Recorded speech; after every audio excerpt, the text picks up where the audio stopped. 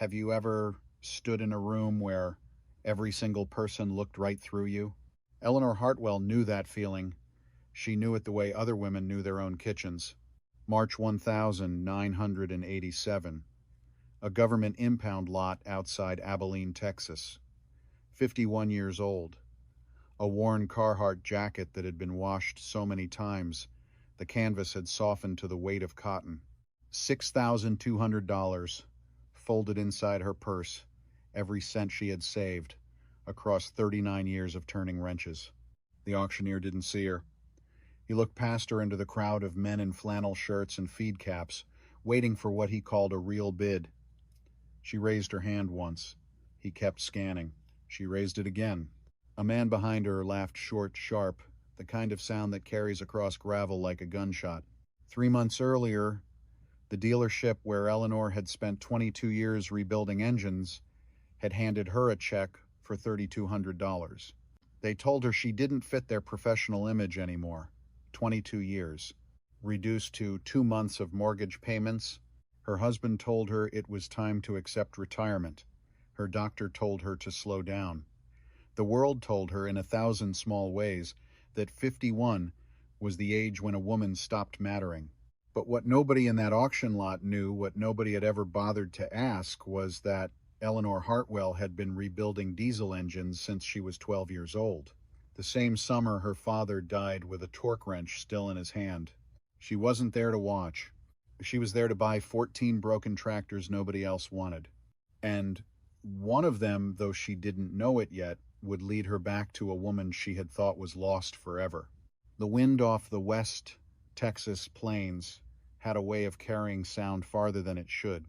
On that Tuesday morning in March of 1987, it carried the auctioneer's voice across the gravel lot, past the chain-link fence, all the way to where Eleanor Hartwell stood, counting, not money, tractors, 14 of them, lined up like teeth in a broken jaw, rust on the hoods, tires flat to the rim, some with engines that hadn't turned in 3 years, some with paperwork the county had stamped as legally unsellable to any licensed dealer in the state of Texas, which was exactly why she was there. Eleanor wore the Carhartt jacket she had owned since 1974. The canvas had softened to something close to cotton. The cuffs were frayed at the wrist where she had snagged them on 1,000 engine bays. Inside the right pocket sat a spiral-bound notebook. Inside her purse sat $6,200 in cash. Every dollar she had saved across 39 years of turning wrenches. She was 51 years old. The men around her did not know that. They did not know anything about her. They saw a woman in a worn jacket standing where she did not belong, and they decided the rest from there. The auctioneer climbed onto a wooden box at the front of the lot. He was a heavy man in a white straw hat with sweat already darkening the band even though the morning was cool. He had a clipboard. He had a gavel. He had the kind of voice that filled spaces without trying. He called the first tractor a 1968 Massey Ferguson with a cracked head gasket and a transmission someone had run dry of fluid for what looked like an entire harvest season. Bidding opened at $300. A man in a feed cap took it for $450. Second tractor, a 1965 Alice Chalmers, sold at $600 to a dealer from San Angelo. Third tractor, the 1963 John Deere 4020. Eleanor's hand was already moving. The auctioneer did not look at her. He scanned the crowd. He waited for what he called a real bid. She raised her hand higher. A man behind her laughed, short, sharp, the kind of laugh that traveled across gravel like a gunshot. The auctioneer finally noticed her. His eyes narrowed. Something between confusion and irritation passed across his face. $400, she said. He waited, looked past her again. Nobody else bid. $400 going once. He paused, gave the crowd one more chance to save him from selling a tractor to a woman in a worn jacket. Going twice, his gavel came down. Sold. She did it 13 more times. By noon, Eleanor Hartwell had spent $5,800 of the $6,200 she had walked in with, and she owned every seized tractor in that impound lot. She stood at the back of the gravel, writing serial numbers into her notebook in handwriting so small a man would need to lean down to read it. Her tongue pressed against her front teeth the way it always did when she was concentrating. The pen scratched. The wind moved. A dealer from San Angelo passed her on his way to his truck. He slowed, looked at her notebook, looked at the tractors, said it loud enough for her to hear. Lady just bought herself a pile of scrap. She did not look up. She kept writing. Because what that dealer did not know, what none of those men knew, was that Eleanor Hartwell had been rebuilding diesel engines since she was 12 years old. The same summer, her father died, with a torque wrench still in his hand. The shop had smelled like grease and hot metal that afternoon, July of 1948, the kind of West Texas heat that warped the air above the cotton fields and made the cicadas scream. Eleanor was 12.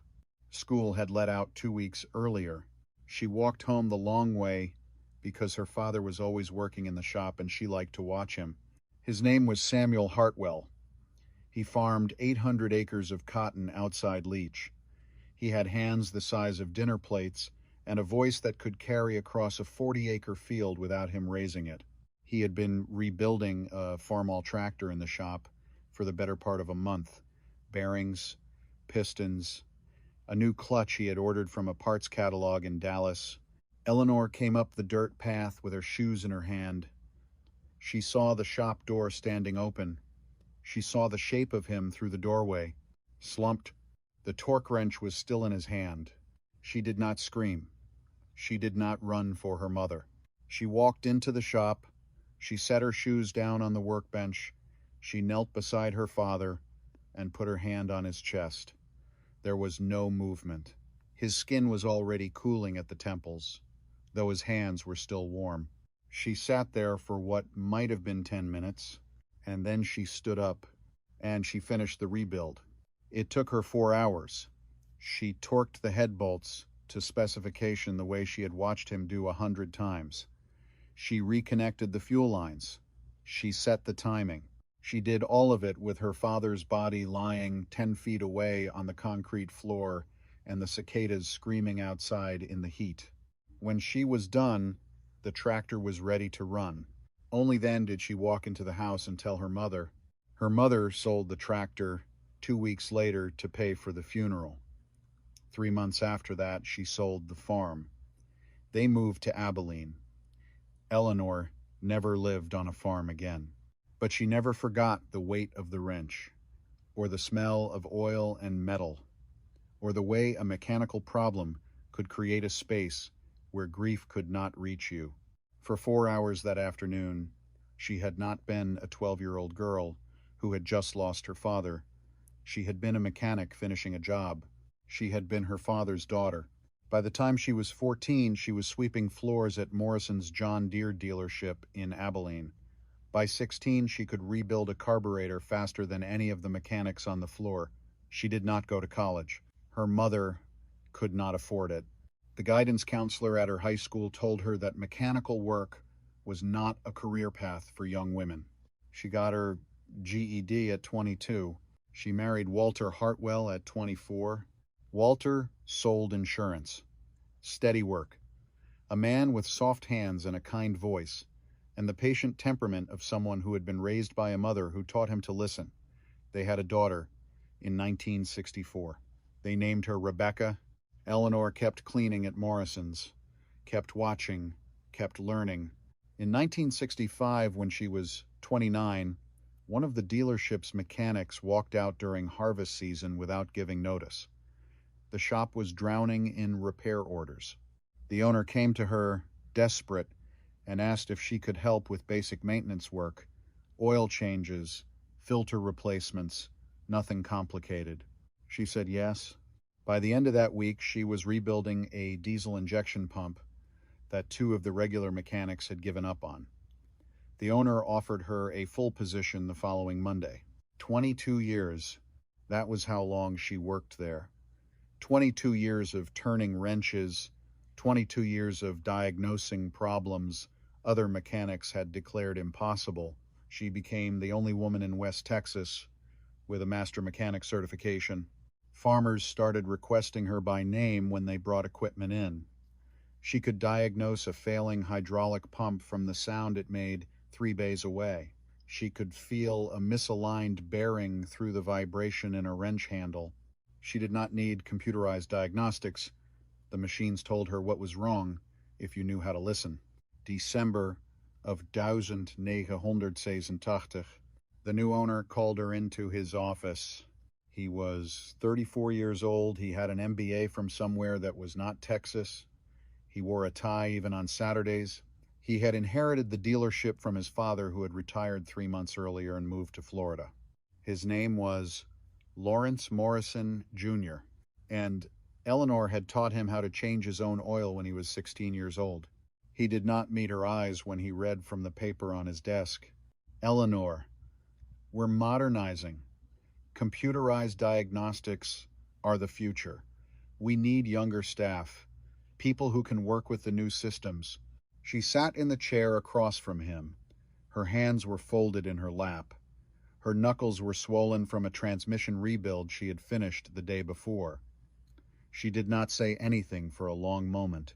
Is that the reason? She finally asked. Or is that the story? He looked up then. Just for a second, his face went the color of old paper. Eleanor, it's all right, Lawrence. You can tell me. He could not tell her, but 2 months later, a friend who still worked the floor would tell her the truth. Old Mr. Bellamy, their biggest customer, 4,000 acres of cotton north of Sweetwater. He had told Lawrence over a steak dinner at the country club that he did not want a woman touching his equipment anymore. He brought in $50,000 a year in service contracts. Lawrence had to choose. Lawrence chose. But that day in the office, she did not know yet.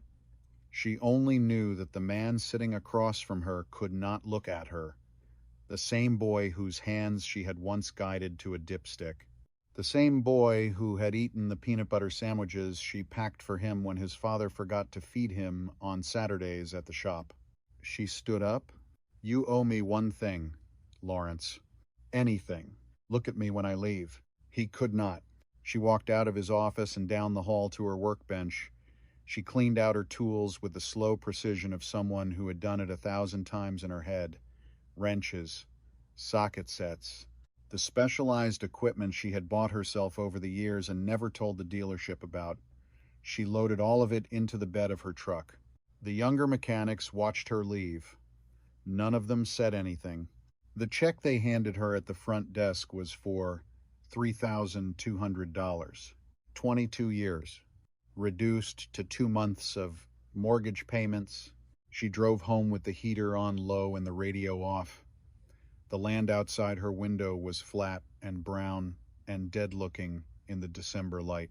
She passed cotton fields that had not been planted that year because the farmers who owned them had gone under in the crisis. She passed a barn that had collapsed in on itself 2 winters ago.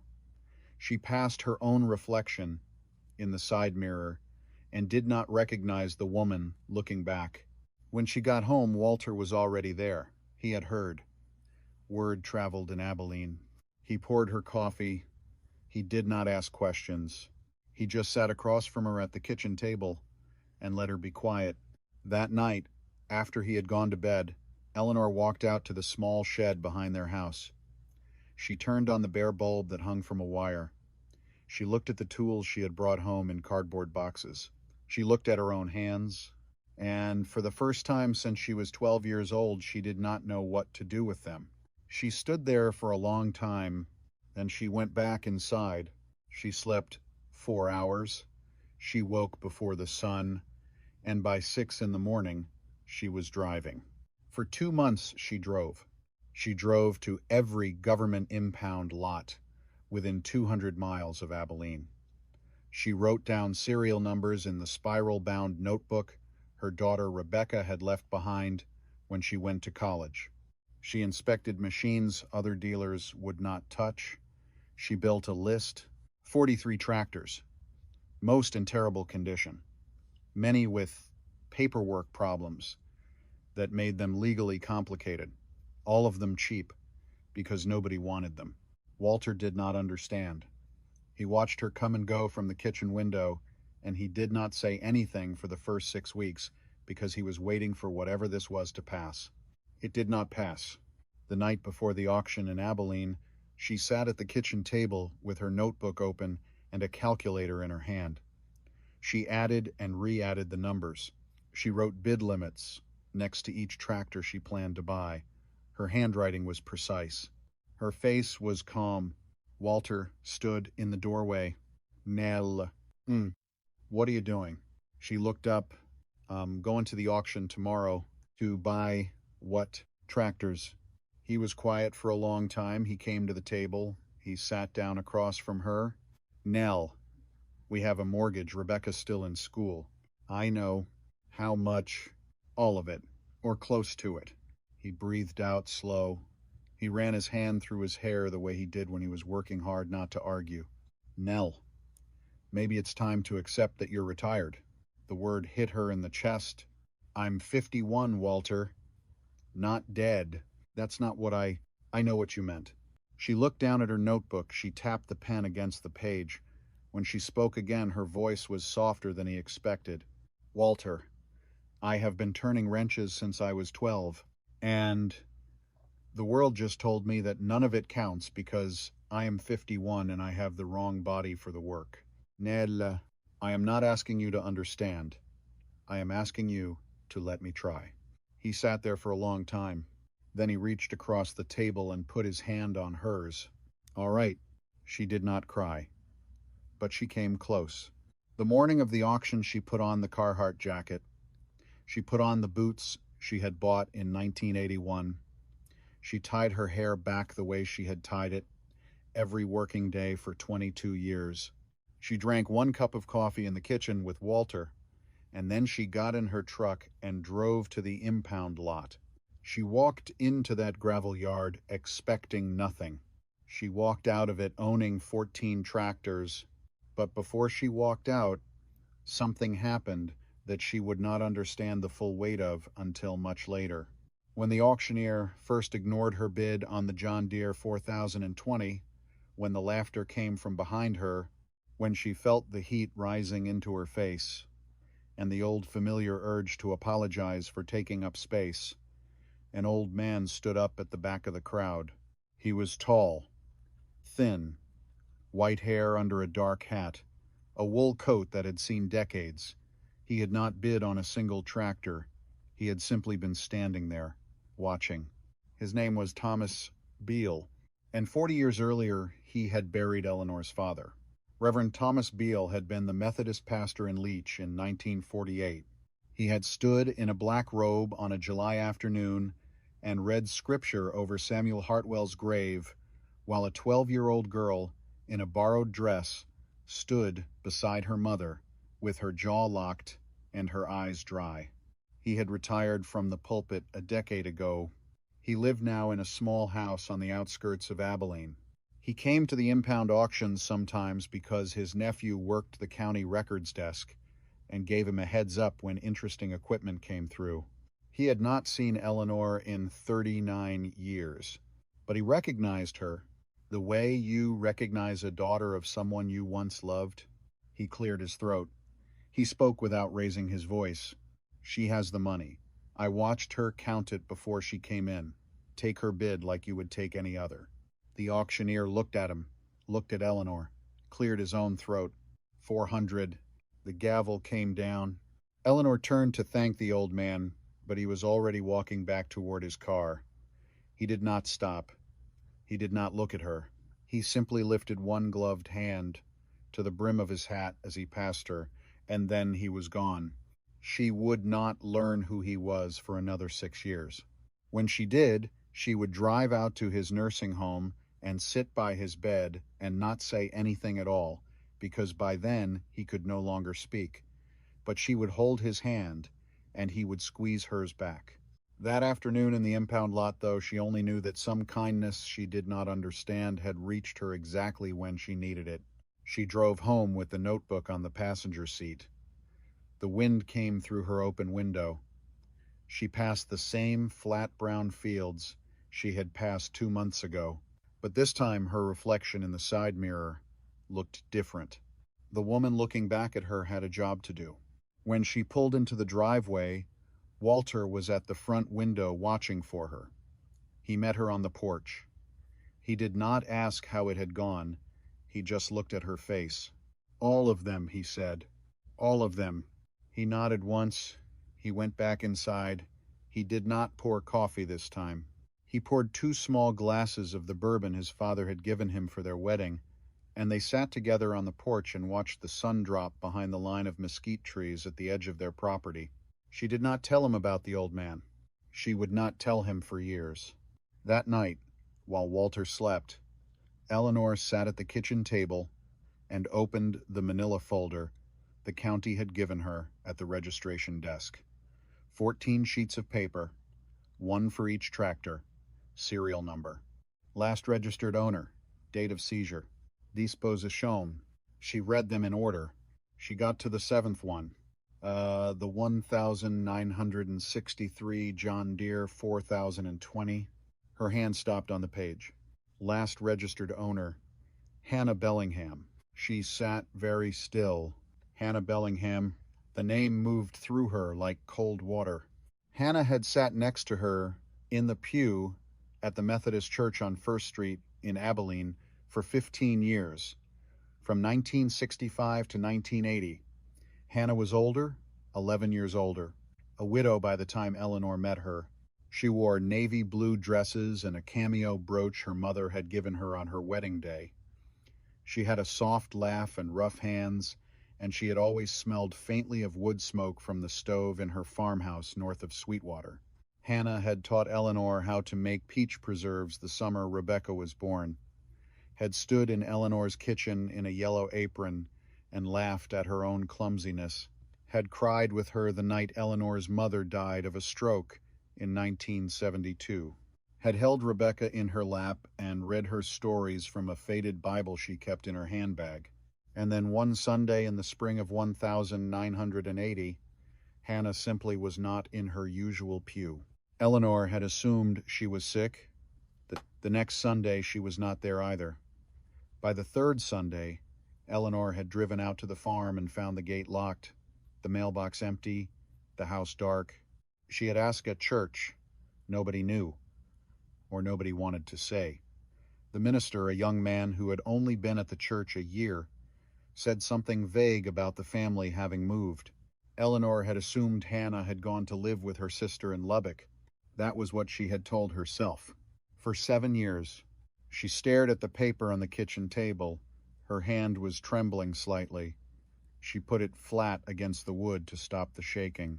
The county had seized Hannah's tractor in 1984, which meant Hannah had not moved to Lubbock, which meant Hannah had lost the farm, which meant somewhere in this state, in this country, in this world, Hannah Bellingham had been alone in the worst year of her life, and Eleanor had not been there. Eleanor sat at the kitchen table for a long time.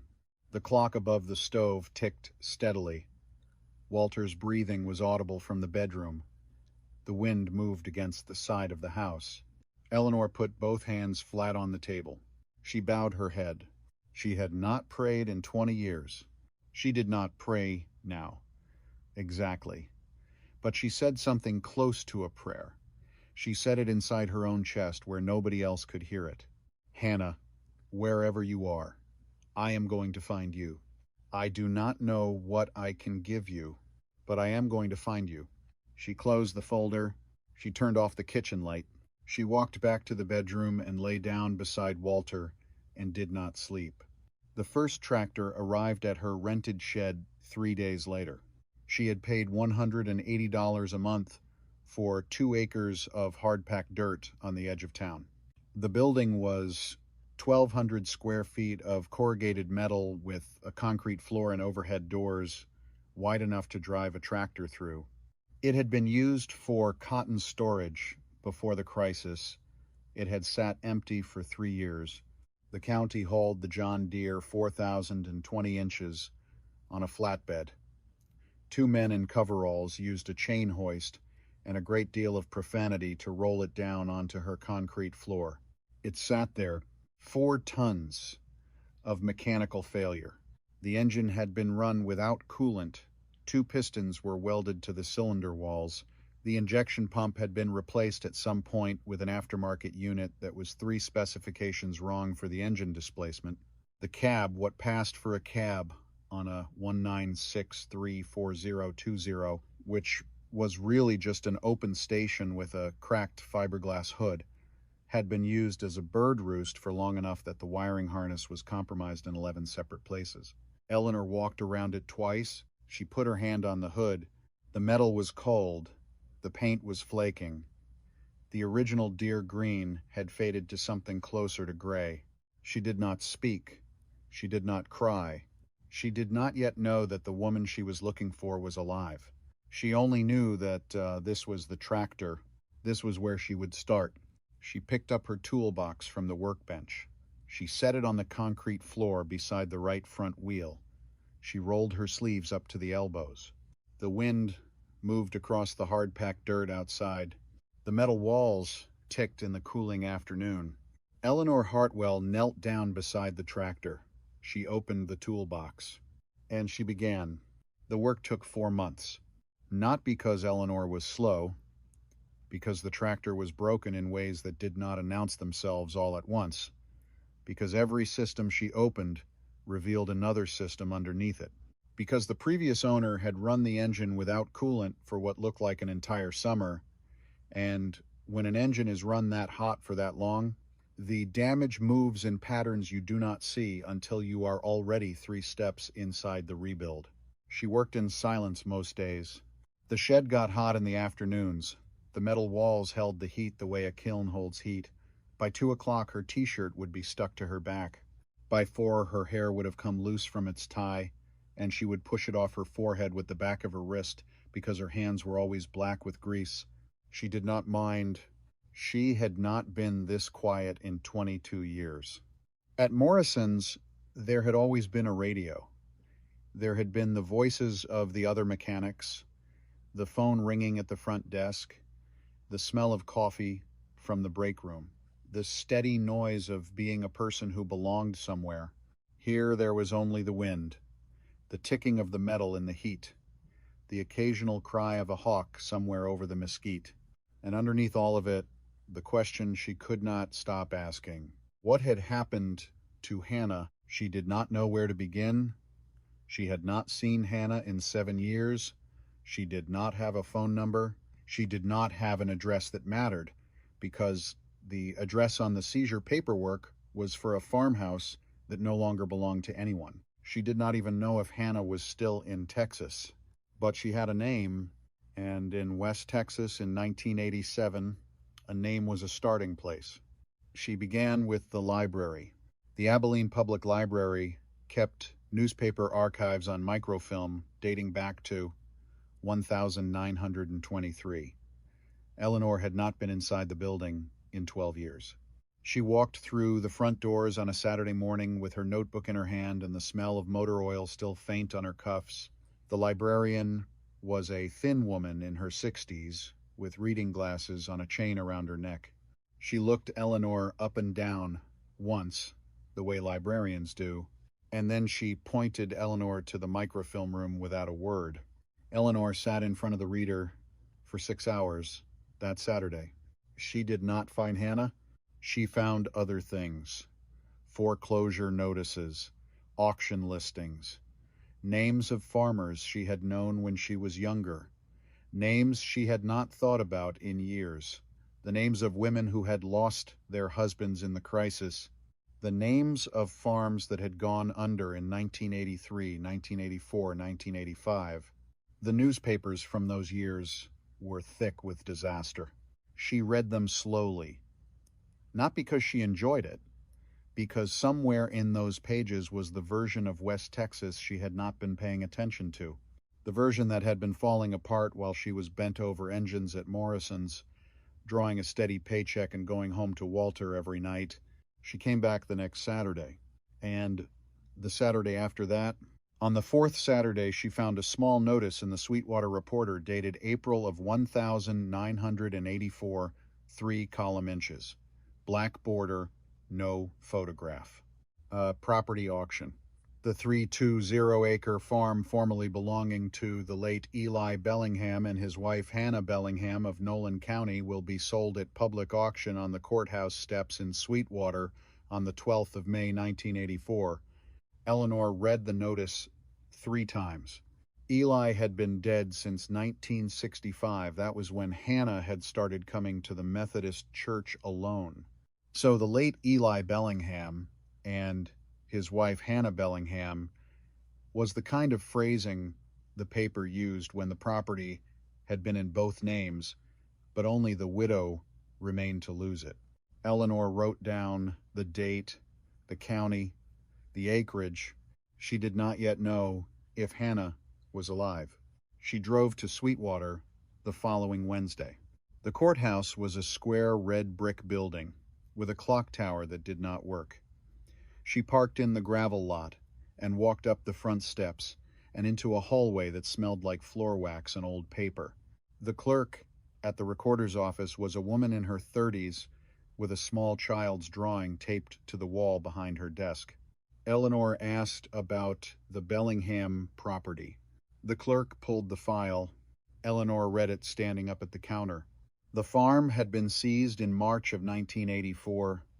Tax delinquency, 3 years of unpaid property taxes. The bank had foreclosed on the mortgage 2 months earlier. By the time the county took the equipment and the land, Hannah Bellingham had been living in the farmhouse with no electricity for the previous winter. There was a forwarding address, a boarding house in Sweetwater on Locust Street. Eleanor wrote it down. She did not drive there that day. She drove home. She sat at the kitchen table with the address in front of her and her hands folded in her lap, and she did not move for a long time. Because if Hannah was at that address, Eleanor was about to walk into a room she had not earned the right to walk into. Because 7 years was a long time to not look for someone, because she had told herself a story about Hannah moving to Lubbock and she had let that story be enough. Because she was afraid. She drove to Sweetwater on a Sunday. The boarding house on Locust Street was a 2-story wooden building with peeling white paint and a sagging front porch. There was a hand-painted sign in the front window that read, "Rooms by the week." The screen door was patched in 2 places with silver duct tape. Eleanor sat in her truck across the street for 15 minutes before she got out. She had brought a thermos of coffee, 2 paper cups, a small paper bag with 2 sweet rolls from the bakery on Pine Street. She did not know why she had brought any of it. She had not planned to bring anything. She had just stopped at the bakery on the way out of Abilene because she could not bear to show up empty-handed. She crossed the street. She knocked on the screen door. A woman in a housecoat answered, heavy-set, late 50s, a cigarette between 2 fingers. "I'm looking for Hannah Bellingham." The woman studied her. "You, family, friend." The woman exhaled smoke. She thought about it. She tilted her head toward the staircase behind her. Top of the stairs, end of the hall, door on the right, don't expect much. Eleanor went up the stairs. The hallway was dim. The carpet was worn through to the wood in places. There was a smell of old grease and cigarette smoke and something else underneath both of those things. The smell of people who could not afford to live anywhere else. The door at the end of the hall was closed. Eleanor stood in front of it for a long time. Then she knocked. A voice answered from inside. "It's open." Eleanor pushed the door. The room was small, maybe 10 feet by 12. A single bed against one wall. A chair in the corner. A small dresser. A window that looked out over an alley. A hot plate on top of the dresser. A coffee can being used as an ashtray. though Hannah had never smoked in all the years Eleanor had known her. Hannah was sitting on the edge of the bed. She was 62 years old. She looked 75. Her hair was almost completely white. She wore a faded green house dress and slippers that had once been blue. Her hands were folded in her lap. The cameo brooch she had worn every Sunday for 15 years was not on her dress. It was sitting on the dresser next to the hot plate, like something she had not been able to bring herself to put on, but also could not bring herself to put away. She did not look up when Eleanor walked in. "You hear from the church?" "No." "You hear about the rent?" "No." Hannah looked up then. Her eyes were the same as Eleanor remembered, that same gentle blue, but they had been hollowed out by something. They were the eyes of a person who had been alone for so long that company felt like a kind of pain. She squinted. She tilted her head slightly. She said one word. "Nell." Eleanor's throat closed. She nodded. Hannah looked at her for a long moment. Then she turned her face away, toward the window, toward the alley, toward anything that was not Eleanor. "You shouldn't have come, Hannah. You shouldn't have come, Nell. I'm here. I don't want you to see me like this. I'm here anyway." Hannah's shoulders began to shake. Not crying, something quieter than crying. The shaking of a body that had been holding itself together for so long that it no longer remembered how to release. Eleanor set the thermos on the dresser. She set the paper bag down beside it. She did not move toward Hannah. She did not try to touch her. She pulled the small wooden chair from the corner. She set it 3 feet from the bed. She sat down. She put her hands flat on her knees the way she sat at her own kitchen table. "I brought coffee." Hannah did not turn around. "Eleanor, please." "It's all right, Hannah. You don't have to talk." She did not talk. For 45 minutes, neither of them said anything. The light through the alley window shifted.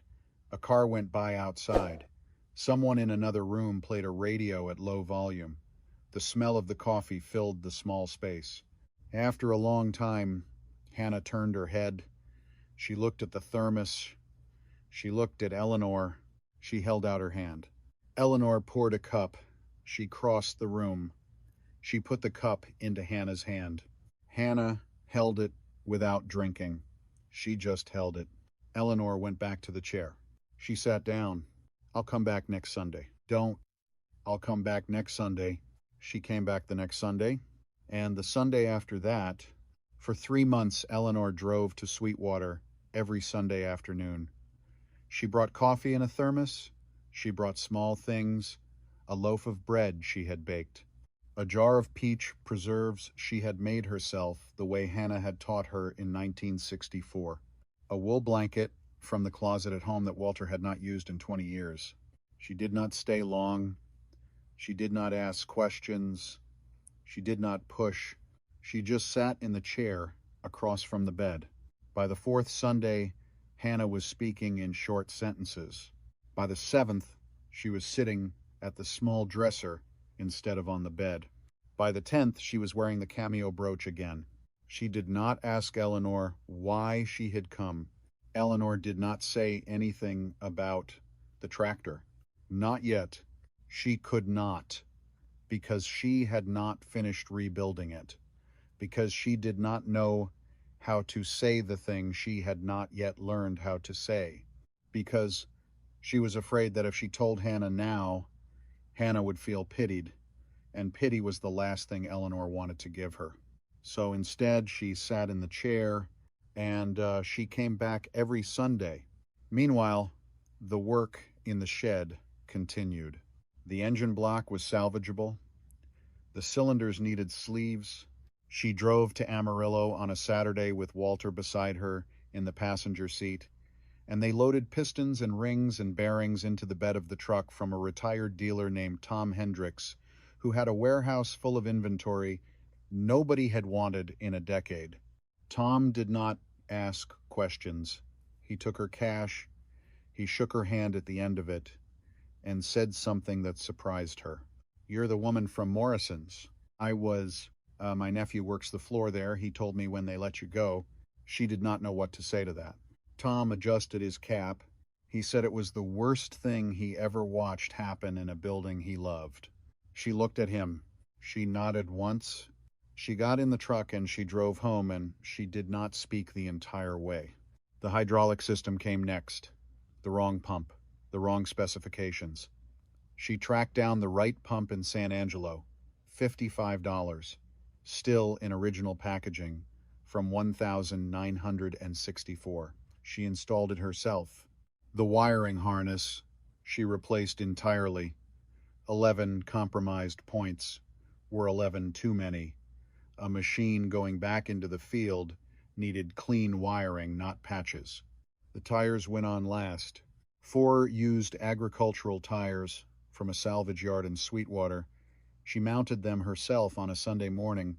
Before driving out to see Hannah, she fought with the bead seating process until her shoulders ached and her hands cramped. When she finally finished, she stepped back and looked at the tractor. It was no longer a corpse. It was a machine again. She climbed into the open station seat. She turned the key. The starter cranked. The engine did not catch. She got down, she checked the fuel line, she checked the air intake. She climbed back up. She turned the key. Second crank. Third crank. The diesel fired. The whole machine shuddered as combustion found its rhythm. Eleanor sat in the seat with her hands on the steering wheel, and she let it idle, and she did not move for a long time. The engine settled into the steady pulse of a properly timed diesel. Her father's voice came to her from very far away. Guy, no, that was not what he had said. He had said something else, something only the two of them had ever shared. He had called her something private between father and daughter, and the word came back to her now in the smell of the diesel and the heat of the metal, and she did not weep, but her hand on the steering wheel trembled. She let it idle for 45 minutes. When she finally shut it down, the silence felt heavier than it should have. She went inside the house. She called Edna Vaughn.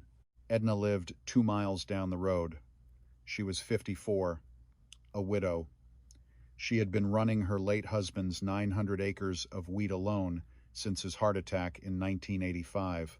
Eleanor had known her for 15 years. They were not close. But Edna had walked over to the shed 3 months ago and walked around the broken tractor and said in her flat, plain voice that she did not believe Eleanor could fix what she had bought. Eleanor was about to prove her wrong. The phone rang 4 times. Edna picked up. It's Eleanor. Eleanor, you want to rent a tractor for fall harvest? A pause. My own equipment works fine. $800 for the season, all maintenance included. Eleanor, if it breaks down, I come fix it. That's the deal. Edna was quiet for a long moment. You finished it. I finished it. The deer. The deer. Another pause. I'll come look.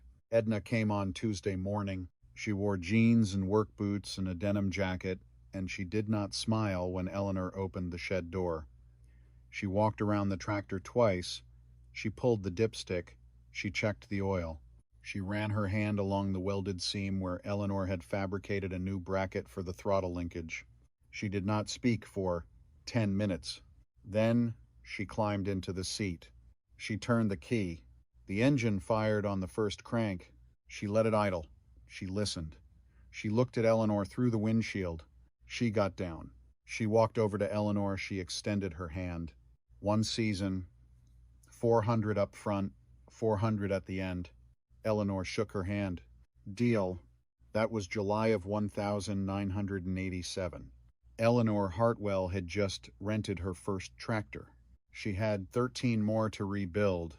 The phone began to ring, not all at once, slowly. The way news traveled in West Texas. Edna told a neighbor. The neighbor told a cousin. The cousin told a man who had been to a Farm Bureau meeting in Sweetwater. By the end of August, 3 different farmers had called Eleanor asking about her equipment. By October, she had 2 more tractors rented out. By the following March, she had 6. She worked 19-hour days during planting season. She slept in the shed twice. Walter brought her sandwiches and coffee and a folded quilt, and he did not complain. He had stopped questioning the plan entirely. Somewhere in the months between February and July, he had become her partner in this. He kept the books in a black ledger at the kitchen table. He answered the phone when she was elbow deep in a transmission. He drove out to Sweetwater on Sunday afternoons when Eleanor was too tired to drive, and he sat with Hannah in the small room on Locust Street while Eleanor slept in the truck outside. He did not ask about Hannah either. He just understood. The call came at 2:47 on a Thursday morning in June of 1988. Eleanor picked up before the second ring. She had been sleeping light for weeks. She was already swinging her legs out of bed. "This is Eleanor." The voice on the other end was tight with stress. A man's voice, young. "My name's Calvin Bowers. I'm renting one of your tractors, the Massey Ferguson." "What's wrong?" "Hydraulic lines blew. I'm down in the middle of the field. I got rain coming in by sunrise." "Which line?" "Pressure side, loader circuit." "I'll be there in 40 minutes. Where are you?" He gave her the directions. She dressed in the dark. Calvin Bowers was 38 years old. He farmed 600 acres of cotton north of Anson. He was the only black farmer in his township. He had inherited the land from his father, who had inherited it from his father. Two dealerships in the region had refused him service contracts that year, citing scheduling conflicts that miraculously vanished when other farmers called. Eleanor had not known any of that when he first called her in April. She had simply quoted him a price. He had paid in cash. She had delivered the tractor herself. Now he was standing in a cotton field at 3 in the morning with a flashlight and a broken hydraulic line and an entire harvest window closing in on him. She arrived in 38 minutes. She did not greet him. She did not waste words. She popped the hood. She pulled the failed line. She replaced it with the correct length and the correct fittings from the road kit in her truck bed. She bled the system. She tested the loader. She wiped her hands on a shop rag. She looked at Calvin. "You owe me nothing. Get your cotton in." He stared at her. "I'm renting from you. You did the work. I'm paying you. You paid me in April. This is part of the deal." He shook his head. "I'll send you something." "You don't have to." "I know I don't have to." 3 days later, a check arrived in Eleanor's mailbox for $100. The memo line read, "For showing up." She framed it. She did not cash it. She hung it on the wall of the shed above the workbench where she could see it every day. It would hang there for the next 26 years. The harder thing came that summer. Rebecca came home in late June. She drove up the driveway in her roommate's borrowed car at 4 in the afternoon on a Tuesday. Eleanor was in the shed. She heard the engine. She knew the sound.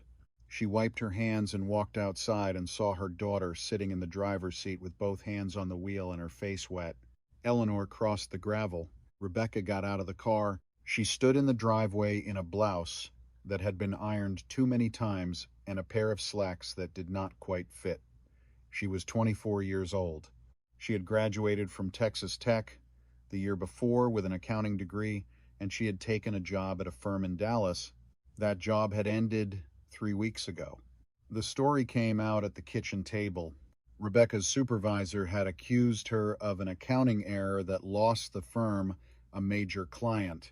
The error was not Rebecca's, but the supervisor needed someone to blame, and Rebecca was the youngest and the newest and the easiest to point at. She had left before they could fire her. She had no severance. She had no reference.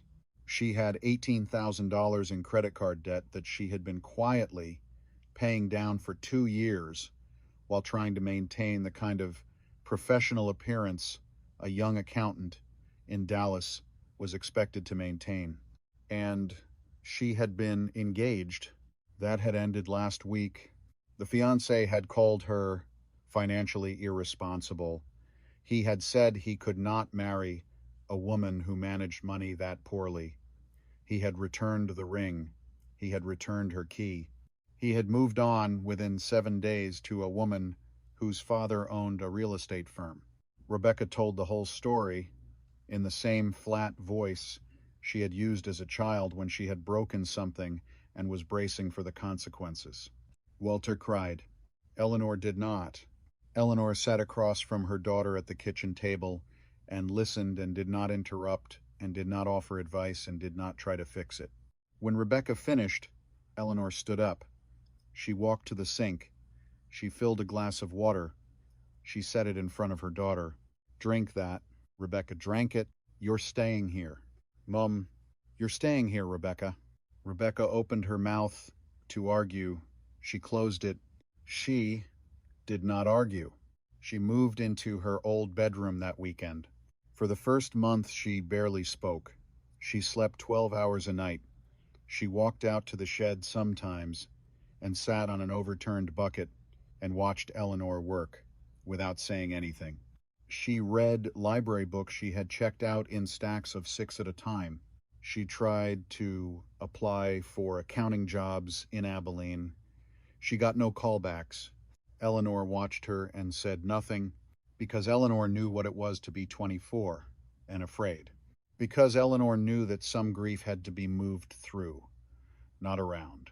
Because Eleanor remembered her own mother sitting silent at a kitchen table in 1948 with 3 broken tractors in a yard and a husband in the ground and a 12-year-old daughter who would not let go of a torque. Wrench. She let Rebecca be quiet. She let her be quiet for a long time. It was Rebecca who found the diary. She had been helping Eleanor sort through boxes in the storage closet behind the kitchen. Walter had asked them to clean out the closet a year ago, and neither of them had ever done it. Now there was nothing else to do. Rebecca was on her knees pulling out boxes and stacking them on the kitchen floor. She opened a small cardboard box that had been pushed all the way to the back. Inside it was a notebook. The cover was warped from age. The pages were yellow. The handwriting on the first page was childish, round and uneven. Rebecca opened it. She read 3 lines. She froze. She came out to the shed with the notebook in her hand. Her face was different than it had been in months. Mum. Eleanor was bent over a transmission. She straightened up. She wiped her hands. What? Rebecca held up the notebook. This is yours. Eleanor looked at it. She did not move. That's mine. You were 12. Yes. Rebecca opened the notebook. She read aloud. Today I finished the tractor. Dad would be proud. I did not cry, because crying does not fix anything. Her voice broke on the last word. She looked at her mother. Mom. Eleanor put down the wrench. She walked across the shed. She took the notebook from Rebecca's hand. She stood there holding it. She did not open it. She did not need to. She knew every word in it. She had not looked at the notebook in 39 years. Rebecca was crying now, quietly. Not the noisy crying of grief, but the deep crying of recognition. The crying of a child who has suddenly understood something about her mother that she has never understood before. You were 12. I was 12. And you finished the tractor. I finished the tractor while he was... Yes. Rebecca put her hand over her mouth. Mom. Eleanor closed the notebook. She set it down on the workbench.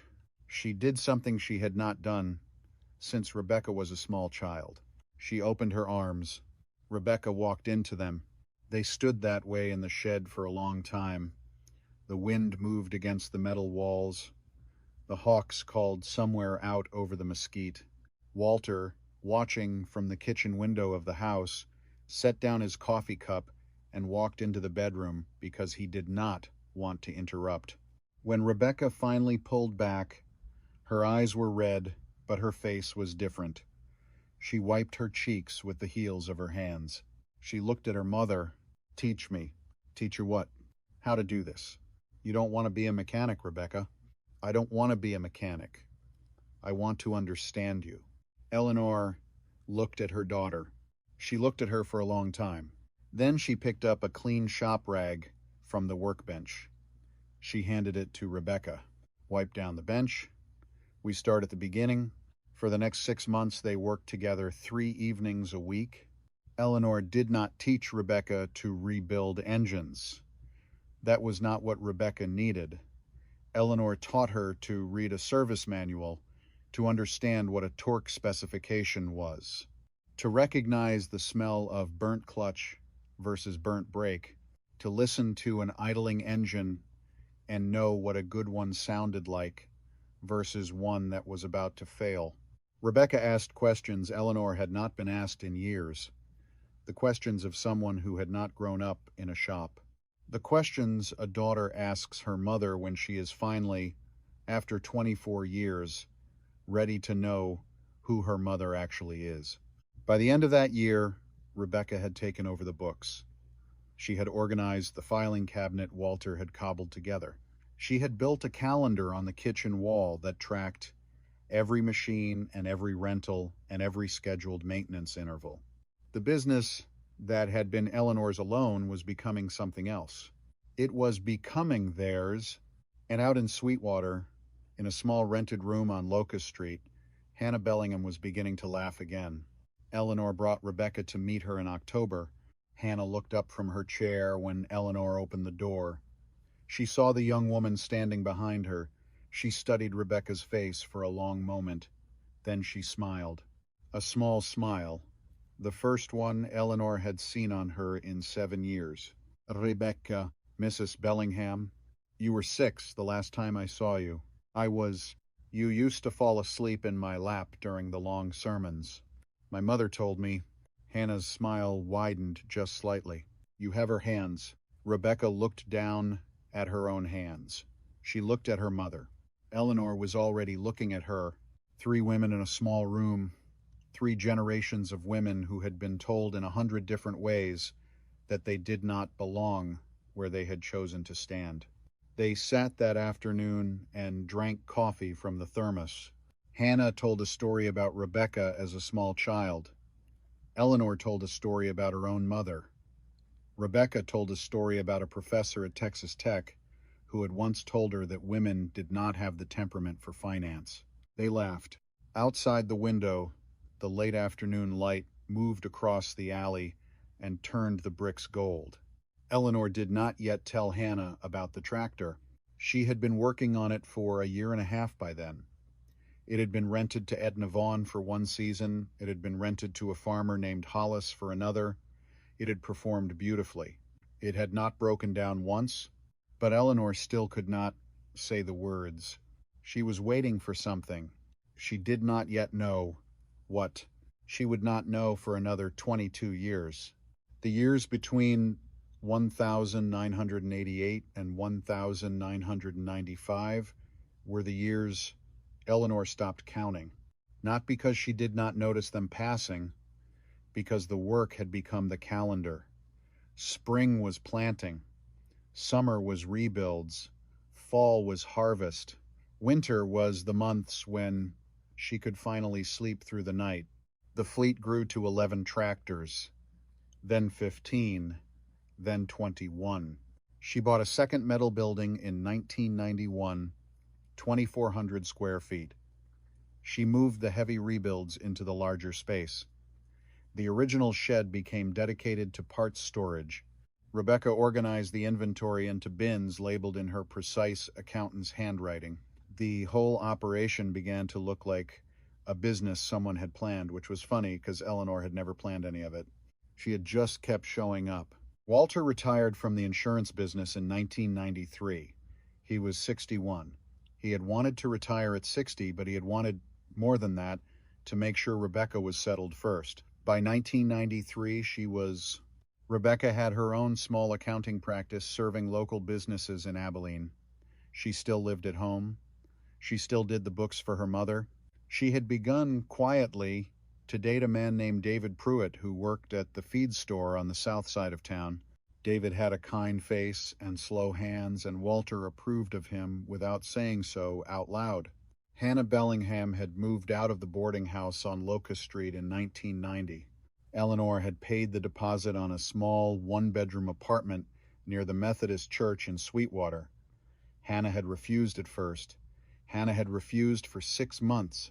But Eleanor had been patient the way she was patient with seized engines, and eventually Hannah had moved her cameo brooch and her Bible and her 3 dresses into the small apartment, and she had sat in the front window the first night looking out at the church across the street, and she had said one sentence to Eleanor. I had forgotten what it felt like to have a curtain. Eleanor had not said anything in response. She had just gone home and cried in her truck for the first time in years. Hannah was 85 now. In 1995.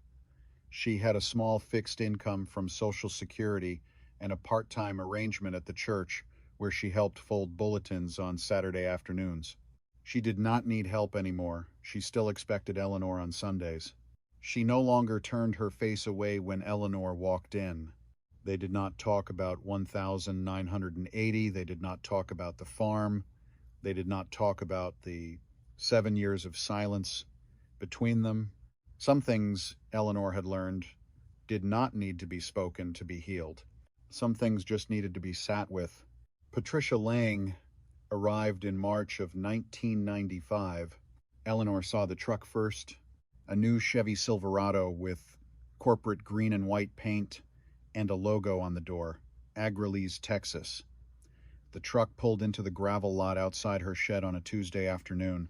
The woman who got out of it wore khakis and a polo shirt and shoes that had never touched dirt before that morning. She was 36 years old. She had brown hair pulled back in a low ponytail. She carried a leather portfolio under one arm. She walked across the gravel with her hand already extended. Mrs. Hartwell, I'm Patricia Lange, Regional Manager for Agrelise, Texas. I wonder if I might have a few minutes of your time. Eleanor wiped her hands on a shop rag. She did not shake the offered hand. I'm working. I understand. I won't keep you long. Eleanor looked at her. She looked at the truck. She looked back at the woman. What do you want? I want to understand your business. Why? Because we're opening an office in Abilene next month, and I'd rather know who I'm working alongside than guess. Eleanor almost laughed. She did not. You're not working alongside me, Mrs. Lange. You're competing with me. I'd prefer to think of it as serving the same market. Then you've got a lot to learn about the market. Patricia smiled. It was a polite smile, a trained smile, the kind of smile a person learns at an MBA program in Dallas. She did not press. She handed Eleanor a business card. She got back in her truck. She drove away. Eleanor stood in the gravel with the card in her hand. She watched the dust trail behind the Silverado until it disappeared. She did not throw the card away. She tucked it into the corner of the bulletin board in the shed where she kept the framed $100 check from Calvin Bowers. For 7 years, Agrelise tried to take her customers. They opened an office on the highway. They ran direct mail campaigns. They offered promotional rates. They sent their representatives to Farm Bureau meetings with brochures about modern equipment and GPS-ready platforms and professional service infrastructure. Patricia Lange was good at her job. She was relentless. She was polite. She did not lie about Eleanor, but she did not have to, because there were always people in any community willing to lie for someone else if it suited them. The rumor started in the spring of 1996. Eleanor heard it from Rebecca, who had heard it from David, who had heard it at the feed store from 2 farmers talking over coffee. The rumor was that Eleanor's equipment was unsafe, that her welds were failing, that a farmer in Coleman County had nearly lost a hand to a hydraulic failure on one of her rented tractors. None of it was true. Eleanor heard it on a Thursday evening at the kitchen table. She set down her fork. She looked at Rebecca. How widespread enough. Names.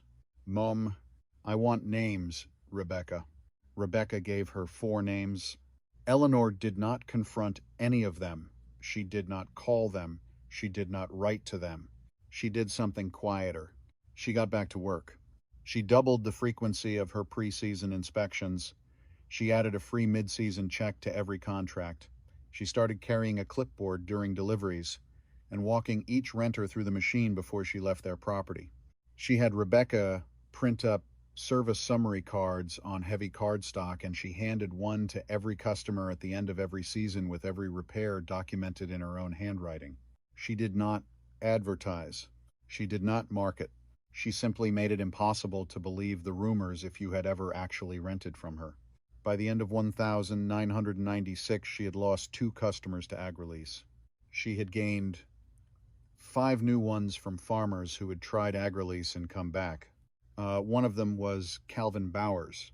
He drove up to her shed in November with his hat in his hand. He stood in the doorway. He did not come inside. I left you in March. I know. I went to AgriLease because their rates were lower. I know that too. I came back because I had a hydraulic failure in October, and they told me they would have a technician out the following Tuesday. She looked at him. How long did you wait? 8 days. How much did you lose? 40 acres of late cotton. She nodded. He twisted his hat in his hands. I'd like to rent from you again, Mrs. Hartwell. You don't have to call me Mrs. Hartwell, Calvin. We have known each other for 9 years. Eleanor. Yes. Will you take me back? You never left me, Calvin. You just took a detour. Come in. We'll find you a tractor. Patricia Lange came to see Eleanor one more time. It was the fall of 1997, late October. The light had that particular West Texas quality of being already half gold by 4 in the afternoon. Patricia drove up in her Silverado, which was no longer new, and she got out wearing the same kind of polo shirt she had worn 2 years ago, except this one was wrinkled and her hair was no longer pulled back as neatly. She came into the shed without knocking. Eleanor was wiping down a fuel injection pump. Patricia stood in the doorway. Mrs. Hartwell, Mrs. Lange, I need to tell you something. Eleanor set down the rag. She turned around. She looked at the younger woman. Patricia's face was drawn. There were small purplish marks under her eyes that had not been there in 1995. She held her portfolio against her chest like a shield. What? There's going to be a state inspector at your facility next week, possibly Tuesday, possibly Wednesday. Why? Because corporate has filed 3 complaints against you with the Texas Department of Agriculture in the past 4 months. Safety violations, improper certification on rebuilt equipment, unlicensed servicing. Eleanor did not move, none of which is true. I know that, Mrs. Hartwell. Then why? Because I was told to file them. The shed was very quiet. Eleanor walked across the concrete floor. She pulled the wooden stool out from under the workbench. She set it in front of Patricia. Sit down. I can't stay long. Sit down, Patricia. Patricia sat down. She pressed her hand against her forehead. Then she pressed it against her mouth. Then she let it fall into her lap. They want this market closed. They want you out. They've decided that if they can't compete with you fairly, they will compete with you the other way. And you came here to tell me this. Yes. Why? Patricia did not answer for a long moment. Then she looked up. My mother was a wheat farmer in the Panhandle. She held on through the crisis until 1984. The bank took the farm in March of that year. She took her own life in May. Eleanor sat down on the second stool. She put her hands flat on her knees. She did not say anything. Patricia kept talking. She had to keep talking now that she had started, because if she stopped, she did not know if she would start again. My father had been gone since I was 9. She raised me and my brother alone. She farmed 1,800 acres alone. She held on for 3 years after the prices collapsed. She held on past every reason a sensible person would have let go. And then she didn't hold on anymore. Patricia, I went to business school because I never wanted to feel that helpless again. I took this job because the pay was good and the benefits were good, and I have 2 children of my own to support, and my husband is a contractor, and contractors do not always work. I understand. But I'm not going to be the one who does this to you, Mrs. Hartwell. I'm not going to be the one who watches another farm woman get pushed off her own ground. Eleanor reached across the small space between them. She put her hand on Patricia's. The younger woman's hand was cold. You're a good woman, Patricia. I'm a tired woman. Those are not different things. Patricia almost laughed. It came out as something closer to a small broken sound. She wiped her face with the back of her hand. You'll be ready. For the inspection. I'll be ready. Don't tell anyone I came. I won't. Patricia stood up. She walked to the doorway. She turned around. You don't know me. But I have been driving past this shed for 2 years. Every time I have a hard day, I drive past it. I see the lights on. I see your truck. And I think there is a woman who did not stop. Eleanor did not trust her voice. She nodded. Patricia left. The state inspector came on Wednesday. Eleanor had the shed in perfect order. Every machine in the fleet had complete documentation. Every receipt was filed. Every certification was current. Walter and Rebecca had spent 3 days going through paperwork until everything matched the way a tax accountant would want it to match. The inspector spent 4 hours. He found nothing. He shook Eleanor's hand on his way out. Whoever filed those complaints, he said, had an agenda. Yes, you run a clean operation, Mrs. Hartwell. Thank you. He drove away. Agralease closed its Abilene office in October of 2002. Patricia had been transferred back to Dallas 2 years earlier. Eleanor had not seen her since the day in the shed. She would not see her again for another 12 years. By then, Patricia would be 61 and would have left corporate work entirely to run a small nonprofit helping the widows of failed farms. When she came back to Abilene that one final time, in 2014, it would be to attend Eleanor's funeral, but that was still 17 years away. In the meantime, life kept moving. Walter was diagnosed with Parkinson's disease in November of 1998. The doctor was a thin man with kind eyes. He sat behind his desk and spoke in the slow, careful voice doctors use when they are about to tell you something that will reshape your life. Walter sat in the chair across from him. Eleanor sat in the chair beside Walter. She held his hand. 5 to 10 good years probably, with proper medication, cognitive function typically preserved until late stages. Walter nodded. He asked one question. What does proper medication look like?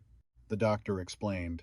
Eleanor wrote everything down in the notebook she had carried in her purse since 1987. She wrote it down in the same precise handwriting she used for service records. She wrote down the names of the medications, the dosages, the schedules. When they got out to the parking lot, Walter stopped beside the truck. He turned to her. He smiled. Nell. Walter, I guess we're both breaking down. You're not a tractor, Walter. Same principle, though. Things wear out. You rebuild what you can. You replace what you can't. She laughed. She did not know she was going to laugh. It came out of her like a small bird startled from a thicket. She hugged him in the parking lot. She did not let go for a long time. Caleb Monroe walked into the shed on a Saturday morning in June of 1999. He was 22 years old. He drove a Ford Ranger with 200,000 miles on the odometer and a passenger window that no longer rolled down. He parked it in the gravel lot. He got out wearing work boots that had been resoled twice and jeans with grease stains in the right places. He stood in the open shed door and waited. Eleanor was rebuilding a hydraulic pump on the workbench. She did not look up immediately. She finished the bolt she was tightening. Then she set down the wrench. Then she turned around. Can I help you? My name is Caleb Monroe. I'm looking for work. I'm not hiring. You're running 28 tractors. You're doing it alone. That is not sustainable. She looked at him. She set down the rag. "Who's your daddy, son?" He did not flinch. His name was Ray Monroe. He worked at Morrison's John Deere from 1979 until he died in a car accident on Highway 277 inches, 1990. I was 13. Eleanor did not move. She remembered Ray, a quiet man, steady hands. He had worked the bay next to hers for 3 years. He had brought her coffee on cold mornings without being asked. He had a wife named Frances. He had a small son. He had been the only mechanic at Morrison's who shook her hand on her last day. She walked across the shed. She picked up the hydraulic pump she had just set down. She handed it to Caleb. "Tell me what's wrong with it." He turned it over in his hands. He spun the drive shaft. He looked at the housing. He looked at the seal. He looked up. "Main bearings gone. Probably ran hot before it seized. You're going to have metal contamination in the valve body. Full teardown. New bearings. Check every clearance." "How long have you been working on equipment?" "Since I was 11. Where?" "Anywhere I could. Neighbors mostly. After my dad died, we needed money. I worked on whatever came through my mother's driveway." "How much do you want?" 14 an hour. I'll start you at 12. You prove yourself in 6 months. We'll talk about the other two." He stuck out his hand. She shook it. Ray Monroe's son started work on Monday. Caleb stayed for the rest of Eleanor's life. She trained him the way her father had trained her, which was to say, by working beside him and letting him watch. She did not lecture. She did not give him diagnostic flowcharts. She made him read every service record on every machine in the fleet before he was allowed to touch one of them. "This is not a log of what happened," she told him one afternoon, 6 weeks in. "This is a story. The machine is telling you what it needs next. You have to learn how to listen." Caleb struggled with that for nearly a year. He wanted procedures. He wanted clear steps. He wanted the kind of mechanical reasoning he could memorize. The breakthrough came on a service call in February of 2000. Eleanor sent him out alone for the first time. A 1970 case 970 that had been on rental for 3 months. The farmer had reported no problems. The machine was due for inspection. Caleb came back with his report. Everything checked out, all systems normal, oil level full, oil clean. Eleanor looked at him over the rim of her coffee cup. "What color was the oil?" "Black, normal." "Did you smell it?" "Smell it." "Yes." "No. Go back tomorrow, smell it, look at it under good light, pour a little into a clean coffee can, and let it sit overnight. Then tell me what you see." He went back. He came back the next afternoon with a different look on his face. "There's metal in it." "Show me." He showed her the coffee can. Fine glittering particles had settled to the bottom. Not enough to fail a routine inspection. Enough to tell anyone who knew how to read it that something was wearing inside the transmission that should not be wearing. "Transmission bearings," she said. "Starting to fail." "How long?" "Maybe a month of operation before catastrophic failure." "What do we do?" "We pull the transmission this week. We rebuild it before the bearings let go in the middle of someone's field." He nodded slowly. "You knew." "I did not know, Caleb. I asked questions until the machine told me." He stared at her. "Teach me how to ask questions." She smiled. It was a small, private smile that surprised her by appearing. "That's the only thing I have ever been teaching you." By 2003, Caleb was handling complex rebuilds independently. By 2005, he was running half the service calls in the fleet. By 2007, he could diagnose a failing hydraulic pump from the sound it made 3 bays away. Eleanor watched him become the mechanic she had been when she was 30. She did not tell him this, but Walter saw it. One evening in October of 2003, sitting on the back porch with a quilt over his knees, Walter said to Rebecca, "Caleb is your mother's promise." Her promise to what? To everyone who ever came after her. Rebecca did not answer. She just watched her father's hand on the arm of the chair. The tremor had become more visible that year. He could no longer button his own shirts on bad days. She put her hand over his. He squeezed it back. In December of 2003, Eleanor did something she had been thinking about for months. She had Caleb come to the house on a Saturday afternoon. Walter was in the living room, watching a college football game on low volume. Rebecca was at her own apartment in town. Eleanor brought Caleb into the kitchen. She had a small wooden box on the table. It had been her father's. She opened it. Inside, on a square of folded velvet, was a pocket watch on a worn leather strap. The watch was silver. The face was yellowed. The strap had been replaced once, in 1944. Caleb looked at it. That's a beautiful watch. It was my father's, Mrs. Hartwell. He had it on him the day he died. My mother gave it to me when she sold the farm. I have not worn it. I have not had a son. I do not have a son's son. I have you. Caleb sat down in the kitchen chair very slowly. Mrs. Hartwell. He was a good man, Caleb. Your father was too. I want you to wear this. Not because you have earned it, although you have, because there is a line that runs from my father's hands to my hands to your hands, and that line should be carried by someone. He could not speak. She put the watch into his palm. He closed his fingers over it. She put her hand over his closed fist. Don't drop it in any engine bays. He almost laughed. He almost cried. He did both. He wore it every working day for the rest of his life. Eleanor had a heart attack in late January of 2006.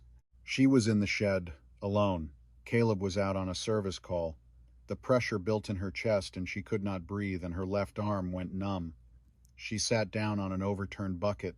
The shed spun around her. She thought it might pass. It did not pass. She walked to the house slowly. Walter was napping in his recliner. She touched his shoulder. He woke up. He took one look at her face. He called 911. The hospital kept her for 11 days.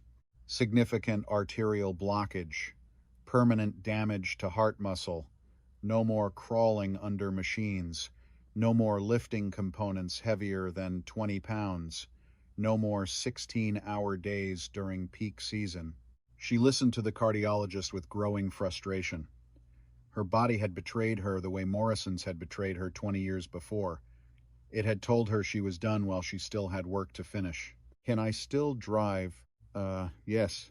Then I can still work. The cardiologist sighed. He had clearly been warned about her. Mrs. Hartwell, you will be able to consult. You will not be able to perform the labor anymore. She looked at him for a long moment. She thought about Caleb. She thought about Ray Monroe handing her a cup of coffee on a cold morning in 1985 and saying nothing, because nothing needed to be said. She nodded. All right. The transition took 3 weeks. Caleb did the physical work. Eleanor did the thinking. She drove to service calls. She diagnosed problems from symptoms described over the phone. She directed Caleb through complex repairs by telling him what to check and in what order. They developed a new rhythm. She had not lost her hands. She had given them to him.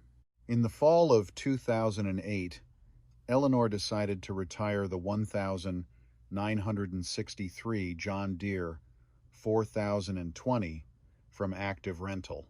The machine had been rented continuously for 20 years. It had worked the fields of 11 different farms. The customer log showed approximately 14,000 acres of West Texas farmland turned by that one engine. It had not failed once. But farmers were moving on. Open station tractors were no longer what the market wanted. The 4020 deserved better than to be sold for scrap or rented to someone who would not appreciate what it had survived. She told Caleb on a Thursday afternoon, "We're rebuilding it. The 4020, all the way down, original specifications, original paint." Why? because it's time. He did not ask any more questions. He had learned by then when his teacher was not yet ready to explain. They worked on the 4020 through the winter of 2008 and into the early spring of 2009. Caleb did the physical labor. Eleanor sat on a stool beside the engine bay and watched. She handed him tools. She torqued nothing herself, but she told him what every bolt should feel like. She mixed the paint herself, the slightly yellower green of 1963 production, not the brighter green of later years. The exact shade Hannah's husband Eli had touched up by hand in 1969 with a small brush from a kit he ordered out of a catalog. They finished on a Tuesday in late February. The tractor sat in the original 1,200 square foot shed looking like it had just been driven off the Waterloo factory floor 46 years earlier. That evening, Eleanor went to the house. She picked up the phone. She dialed a number she had been dialing every Sunday for 22 years. Hannah, Nell, I need you to come to my shed tomorrow afternoon. Why? There is something I want to show you. A pause. Nell, just come, Hannah. Caleb will drive out and get you. Hannah Bellingham was 84 years old. She arrived at 1 o'clock on a Wednesday afternoon. Caleb helped her out of the passenger seat of his Ford Ranger. She wore a navy blue dress she had owned since 1971. Her cameo brooch was pinned at her throat. Her white hair had been freshly set. Eleanor met her at the open shed door. She did not say anything. She took Hannah's elbow gently. She walked her into the shed. Hannah saw it. She stopped walking. She did not breathe for what felt like a long time. The tractor stood in the middle of the concrete floor. The green paint was so fresh, it almost seemed wet. The decals were correct. The serial number plate had been cleaned and remounted. Eli Bellingham's small, hand-painted touch-up marks had been carefully preserved on the inside of the engine cowling, where Eleanor had refused to repaint. Hannah took one step forward. She reached out. She touched the hood. Her hand was thin and spotted with age, and it shook against the metal. She did not cry yet. She turned her face very slowly toward Eleanor. Whose? His? Ellie's. Yes. Enel. I did not rebuild it to sell it, Hannah. I did not rebuild it to rent it. I have been rebuilding it for you for 22 years. Hannah's hand stayed on the hood. She finally turned to look at the tractor fully. She walked around it. Her steps were small. Her hand trailed along the metal the entire way, as if she needed to keep touching it to believe it.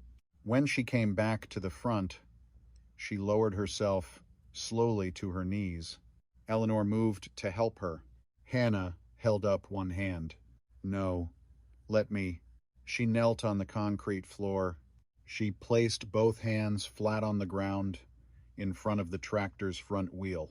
She bowed her head. 25 years of grief moved out of her like water, leaving a vessel that had been carrying it too long. She did not weep loudly. She wept the way old women weep, which is the way the prairie weeps, quietly and from a long way underneath. Eleanor knelt beside her on the concrete. She put her hand on Hannah's back. They stayed there for a long time. Caleb stood in the open shed door, looking out at the gravel lot, giving them privacy. The wind moved across the hard-packed dirt outside. The metal walls ticked in the late winter sun. Somewhere a hawk called. Eventually, Hannah lifted her head. She wiped her face with the back of her wrist, the way a farm woman does. She looked at Eleanor. Why, because you were my friend, and I lost you, and I should have found you sooner, and I could not undo that. But I could do this. 22 years, Nell. You did not need a tractor, Hannah. You needed to know that you mattered to someone. I am sorry it took me so long to give you the proof. Hannah closed her eyes. She opened them again. She did something Eleanor did not expect. She smiled. Help me up.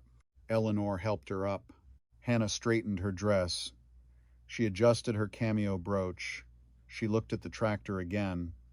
Then she looked at Caleb in the doorway. Young man, ma'am, can you drive this thing? Yes, ma'am. Then put us up there, both of us, and take us out across that pasture, across the road. Caleb looked at Eleanor. Eleanor looked at Hannah. Hannah, your hip. My hip can hold for 10 minutes, Nell. I want to feel it run. So Caleb helped Hannah up onto the platform of the 4020. He helped Eleanor up beside her. The two women stood side by side, holding the side rail with both hands. Eleanor was 73. Hannah was 84. The seat was meant for one operator. Neither of them sat. Caleb climbed up and took the seat. He turned the key. The diesel fired on the first crank. The whole machine shuddered into rhythm. Caleb eased it through the open shed door. He took it across the gravel lot. He took it across the dirt road. He took it into the empty pasture, where the grass had been brown all winter but was just beginning to show the first faint shoots of new green at the base. He drove slowly. He did not say anything. Hannah turned her face into the wind. Her white hair lifted slightly from her forehead. She closed her eyes. She smiled. Eleanor reached over. She took Hannah's hand. Hannah squeezed back. Two old women on a 50-year-old tractor in a winter pasture in West Texas. 3 minutes that took 30 years to arrive. Hannah Bellingham died 4 months later in her sleep. In the small apartment Eleanor had paid the deposit on, the cameo brooch was on the nightstand beside her Bible. At the funeral, Eleanor sat in the front pew. She did not weep. She had done her weeping the day in the pasture, in private, when nobody had been watching her face. She gave a eulogy, 3 sentences. Hannah was my friend. The world tried to make her invisible. I am here to tell you that she was seen. She sat back down. Reverend Beale's nephew, who had taken over the small Methodist church in Sweetwater, came up to her after the service. He held both of her hands. He did not say anything either. Some things you don't say. Some things you just hold. In April of 2010, Eleanor stood at a podium in front of 300 people at the Texas Agricultural Conference in Dallas. Dr. Susan Albright had nominated her for the Rural Innovation Award. Eleanor had said no 3 times. Walter and Rebecca had pushed back. Walter, especially, his voice now soft from the disease but his eyes still sharp, had said one sentence that broke her resistance. Nell, let them see you. She wore a navy blue dress Rebecca had picked out for her. She spoke for 11 minutes. She told the story of buying tractors nobody wanted. She told the story of answering the phone at 2 in the morning. She told the story of Calvin Bowers and the framed check on her workbench wall. And then she did something she had never done in public. She told them about Hannah. She did not name her. She did not need to. She just said, I did not save my friend's farm. I could not. The crisis took it from her before I knew enough to look. But 22 years later, I gave her back the tractor her husband used to drive. And for one afternoon in a winter pasture, I helped her remember that she had once been a woman who belonged in a field, that she had once been someone. The audience was completely silent. That is the work I have been doing all this time. The tractors were never the point. The point was the people. The point was making sure that nobody who was still alive was treated as if they were already gone. When she stepped back from the podium, 300 people stood up. Eleanor did not look at them. She looked at the back of the room, where there was an empty chair. She lifted her hand slightly, as if to someone only she could see. Walter died on the 12th of November 2012. Pneumonia. The disease had finally worn him down. He died at home, in their bed, with Eleanor on one side and Rebecca on the other. Just before he stopped speaking, he turned his face toward Eleanor. Nell, I'm here. I poured the coffee. You did, Walter. That was how I knew. About you. The first time you went to that auction, I poured the coffee instead of stopping you. That was how I told you I believed." She held his hand. "I know. I'm sorry it took me so long to say it out loud. You said it every day, Walter, you just used a different language." He smiled. He closed his eyes. He did not open them again. Eleanor sat with him for a long time after he was gone. She did not let go of his hand. She lived 18 more months. She spent the last year writing a notebook, 237 pages, handwritten in her precise script. The cover read, "What the Machines Tell You If You Listen." It was not really a manual. It was a letter to Caleb, to the young woman Caleb would eventually train, to anyone who came after them and found their hands in the dark of an engine bay, alone, doubting they belonged. She died on the 9th of April, 2014. She was 78 years old. Caleb was the one who started the 1963 John Deere 4020 the following March on the anniversary of the auction. He did it alone. He climbed into the seat. He turned the key. The diesel fired on the third crank. He let it idle in the original 1,200 square foot shed for 45 minutes. He did not drive it anywhere. He just listened.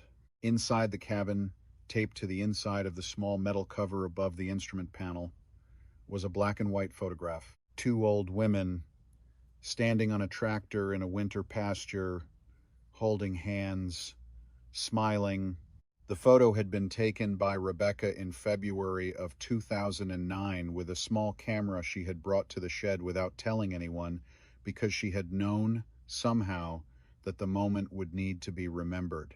Caleb is 51 years old now. He runs the shop with a young woman named Tessa Whitman, whom he found in the vocational program at Sweetwater High School 3 years ago. Tessa has hands like Eleanor's. She is quiet, the way Eleanor was quiet. She asks the right questions.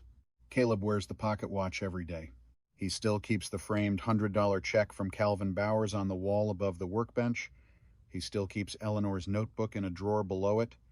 He has read it 82 times. The last page reads, "The machines do not care if you are male or female, young or old, educated or not. They only care if you listen. And if you listen long enough, they will teach you everything you need to know about engines and about people and about how to be the one who shows up when no one else does." Caleb closes the notebook every time he reads it. He puts it back in the drawer. He goes back to work, because that is what she taught him, that the work is the love. That showing up is the prayer that somewhere in this world, every day, there is a person sitting alone in a room she did not choose, believing she has been forgotten. And the only thing that has ever changed that is someone walking through the door